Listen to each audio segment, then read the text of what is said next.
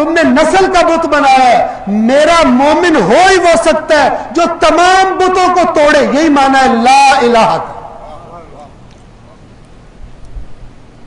بت صرف پتھر کے نہیں ہوتے، آج بھی بت پتھر کے نہیں ہیں، آج بتوں کی اور شکلیں ہیں. توجہ فرما رہے ہیں؟ ایک صلوات پڑھیے محمد والا.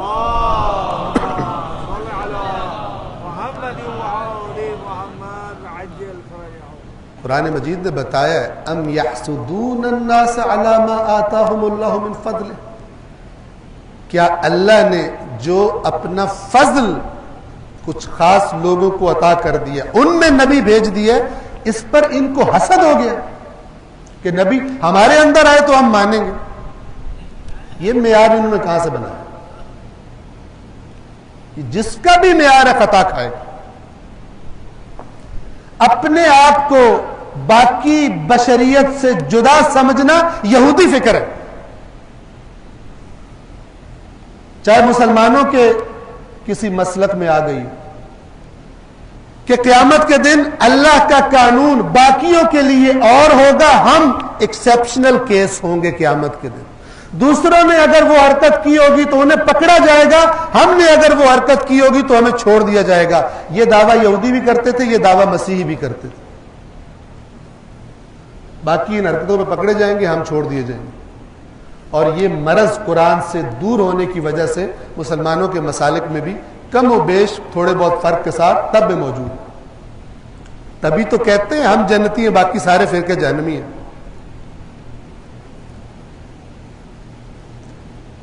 یہ کہنا کہ صرف ہم جنتی ہیں، یہ خلاف قرآن. کیوں خلاف قرآن ہے؟ توجہ فرمائیے گا، بات کو سمجھیے گا. رسول اللہ کے زمانے میں یہ مرض یہودیوں اور مسیحیوں میں تھا جنہوں نے اپنا دین تحریف کر لیا. یہ نہیں کہتے تھے ہم نے دین چھوڑ دیا، دین کے ٹھیکیدار بنے ہوئے. لیکن کون سا دین؟ تحریف شدہ دین. پیسے کھا کر تحریف کر کے تورات و انجیل میں دین بتانے والوں کا بتایا ہوا دین. یہ کتنا خطرناک ہے. قرآن نے ان کا عقیدہ بتایا. ایک عقیدہ یہ بتایا کہ یہ کہتے ہیں کہ ہمارے علاوہ کوئی جنت میں جائے یہ سوال ہی پیدا نہیں. یہودی بھی یہ کہتے تھے اور مسیحی بھی یہ کہتے تھے. ایک عقیدہ. دوسرا عقیدہ کیا تھا؟ کہتے تھے کہ اگر ہم جہنم میں چلے بھی گئے تو ہمیشہ وہاں نہیں رہیں گے، حتماً واپس ہم جنت میں آ جائیں گے. اللہ نے الفاظ دیکھیے قرآن کے، یہ پہلے سپارے میں قرآن کے. اللہ نے فرمایا، انداز دیکھیے، رسول پاک سے فرمایا قل، اے رسول ان سے کہیے اتخذتم عند اللہ عہدا، تم یہ جو کہہ رہے ہو، جو باتیں کر رہے ہو، تم نے اللہ سے کوئی عہد لے لیا ہے؟ ام تقولون علی اللہ ما لا تعلمون، یا تم خدا پر وہ جھوٹ باندھ رہے ہو جس کا تمہیں علم بھی نہیں ہے، سنا سنایا دین پہ چل.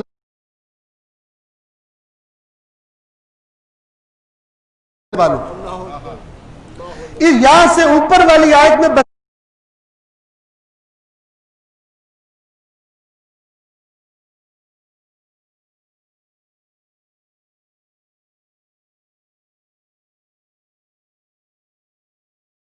بتایا کہ انہوں نے دین کہاں سے لیا. ان کی خصوصیت بتائی ہے. پہلی خصوصیت اس عوام کی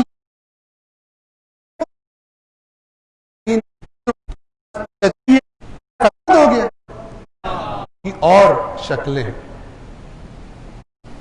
بت صرف پتھر کے نہیں ہوتے. میرا مومن ہو ہی وہ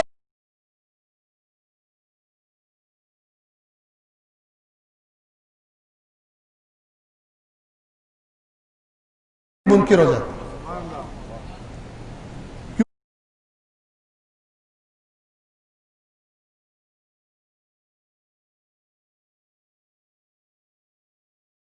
کیونکہ اللہ چاہتا ہے کہ اپنے میں چھوڑ دو. پسند تمہیں آ رہا ہے یا ناپسند آ رہا ہے،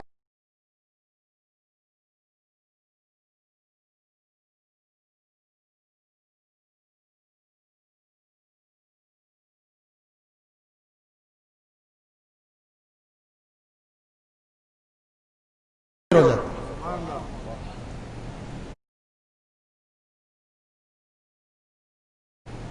کیونکہ اللہ چاہتا ہے کہ اپنے معیار چھوڑ دو. پسند تمہیں آ رہا ہے یا ناپسند آ رہا ہے، تم نے ذات کا بت بنایا ہے، تم نے قوم کا بت بنایا ہے، تم نے رنگ کا بت بنایا ہے، تم نے نسل کا بت بنایا ہے. میرا مومن ہو ہی وہ سکتا ہے جو تمام بتوں کو توڑے. یہی معنی ہے لا الہ کا. بت صرف پتھر کے نہیں ہوتے، آج بھی بت پتھر کے نہیں ہیں، آج بتوں کی اور شکلیں ہیں. توجہ فرما رہے. ایک صلوات پڑھیے محمد والا.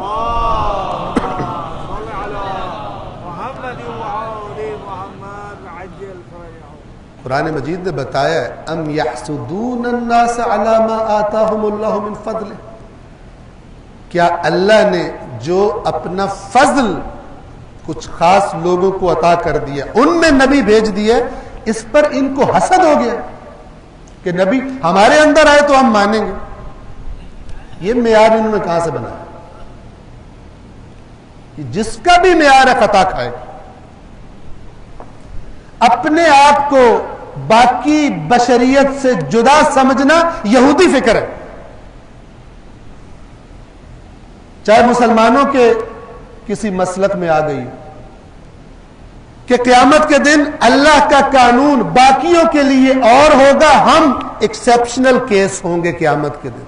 دوسروں نے اگر وہ حرکت کی ہوگی تو انہیں پکڑا جائے گا، ہم نے اگر وہ حرکت کی ہوگی تو ہمیں چھوڑ دیا جائے گا. یہ دعویٰ یہودی بھی کرتے تھے، یہ دعویٰ مسیحی بھی کرتے تھے. باقی ان حرکتوں میں پکڑے جائیں گے، ہم چھوڑ دیے جائیں گے. اور یہ مرض قرآن سے دور ہونے کی وجہ سے مسلمانوں کے مسالک میں بھی کم و بیش تھوڑے بہت فرق کے ساتھ تب بھی موجود ہے. تبھی تو کہتے ہیں ہم جنتی ہیں، باقی سارے فرقے جہنمی ہیں.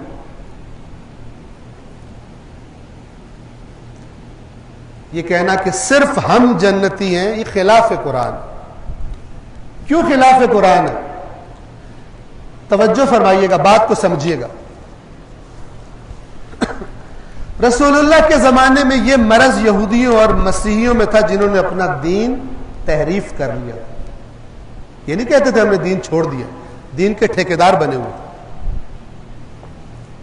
لیکن کون سا دین؟ تحریف شدہ دین. پیسے کھا کر تحریف کر کے تورات و انجیل میں دین بتانے والوں کا بتایا ہوا دین. یہ کتنا خطرناک ہے. قرآن نے ان کا عقیدہ بتایا. ایک عقیدہ یہ بتایا کہ یہ کہتے ہیں کہ ہمارے علاوہ کوئی جنت میں جائے یہ سوال ہی پیدا نہیں. یہودی بھی یہ کہتے تھے اور مسیحی بھی یہ کہتے تھے. ایک عقیدہ. دوسرا عقیدہ کیا تھا؟ کہتے تھے کہ اگر ہم جہنم میں چلے بھی گئے تو ہمیشہ وہاں نہیں رہیں گے، حتماً واپس ہم جنت میں آ جائیں. اللہ نے الفاظ دیکھیے قرآن کے، یہ پہلے سپارے میں قرآن کے. اللہ نے فرمایا، انداز دیکھیے، رسول پاک سے فرمایا قل، اے رسول ان سے کہیے اتخذتم عند اللہ عہدا. تم یہ جو کہہ رہے ہو، جو باتیں کر رہے ہو، تم نے اللہ سے کوئی عہد لے لیا ہے؟ ام تقولون علی اللہ ما لا تعلم، یا تم خدا پر وہ جھوٹ باندھ رہے ہو جس کا تمہیں علم بھی نہیں ہے، سنا سنایا دین پہ چلنے والوں. یہاں سے اوپر والی آیت میں بتایا کہ انہوں نے دین کہاں سے لی ہے. ان کی خصوصیت بتائی ہے. پہلی خصوصیت اس عوام کی یہ بتائی ہے کہ یہ کتاب، اپنی کتاب، کتاب خدا کے بارے میں جاہل ہے. کوئی پوچھے تو کہتے ہیں کتاب خدا میں یہی لکھا ہے ہم صرف جنت میں جائیں گے. پڑھتے نہیں ہیں اس کو. آج مسلمانوں کی حالت دیکھ لیجیے، شیعوں کی سنیوں کی حالت دیکھ لیجیے. اس کو پڑھتے ہوں گے عربی زبان میں، سمجھتے ہیں ثواب مل رہا ہے، ٹھیک ہے نا، لیکن جو اس آیت سے سبق لینا ہے، عبرت لینی ہے، وہ کس کو سمجھ آئے گی؟ وہ سمجھ نہیں آئے گی. یہ عوام کی صفت بتائی، اور پھر جو علماء سو ان کا بتایا کہ وہ کیا کرتے ہیں ان کے ساتھ، اپنی عوام کے ساتھ اپنے ہاتھوں سے تورات کو لکھتے ہیں، یعنی تورات میں اپنے ہاتھوں سے تحریف کرتے ہیں اور پھر عوام سے کہتے ہیں یہ اللہ کی طرف سے آئی۔ پھر قرآن نے بتایا کرتے کیوں ہیں، تاکہ لوگوں سے مال کھائیں۔ تو اللہ فرماتا ہے کھا لو، جو تم نے لکھا اس پر بھی تمہاری ہلاکت ہوگی، اور جو تم نے کمایا ہے اس پر بھی تمہیں دگنا عذاب دیا جائے، ڈبل عذاب، ثواب نہیں ہے۔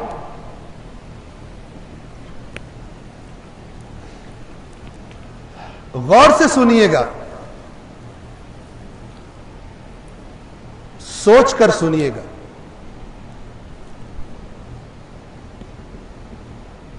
برحق ہے جو اہل بیت نے فرمایا ہمارا شیعہ جنت میں جائے گا، برحق ہے، لیکن یہ آدھا حصہ ہے پوری بات کا، آدھا ہے پوری بات کا حصہ۔ یہ آپ نے موبائل سیل فونز کی جو کمپنیاں ہیں، موبائل لنک وغیرہ، ٹیلی نور، یہ جو کمپنی ہیں، ان کے آپ نے بڑے بڑے یہ بورڈ دیکھے ہوں گے، اشتہار دیکھے ہوں گے۔ اس اشتہار پر کچھ چیزیں بڑے بڑے الفاظ میں لکھی ہوتی ہیں جن پہ سب سے پہلے نگاہ پڑتی ہے، اور وہ چاہتے بھی یہی ہیں بے ایمان کہ سب سے پہلے عوام یہ پڑھے، اور چھوٹا نیچے سے ایک کونے میں کیا لکھا ہوتا ہے، ٹرمز اینڈ کنڈیشنز اپلائی۔ وہ اتنا چھوٹا ہوتا ہے کوئی اس کی طرف توجہ ہی نہیں کرتا۔ اب وہ اس پیکج کو دیکھ کر وہ جو بڑے بڑے لفظوں میں لکھا ہوا ہے اس میں لگتا ہے اس کو کہ وہ کہتے بھی ہیں صرف آپ کے لیے، جیسے آپ کی فی سبیل اللہ خدمت گزار، تو وہ پیکج لگواتا ہے۔ مثال کے طور پہ 100 کا بیلنس ہے اور مثال کے طور پر اس میں 20 روپے کا پیکج ہے، اسے استعمال کرتا ہے اور استعمال کے دوران اسے پتہ چلتا ہے کہ سارا 100 روپیہ اڑ گیا۔ وہ پھر فون کرتا ہے، شکایت کرتا ہے کہ یہ کیا ہوا۔ پھر اس کو کوئی وہ سٹوری سناتے ہیں جو ٹرمز اینڈ کنڈیشنز اپلائی میں لکھی ہوتی ہے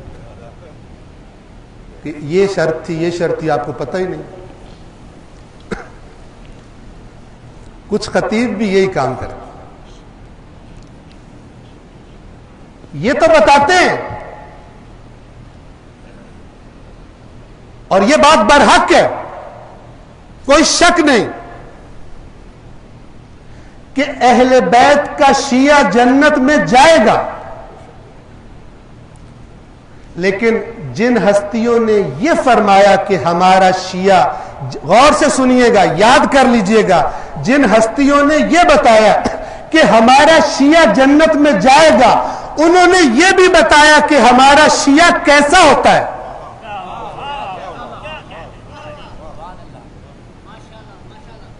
وہ نہیں بتاتا، وہ نہیں بتاتا، کیونکہ اس کے خریدار کم ہیں، اس کو سن کے بور ہو جاتے۔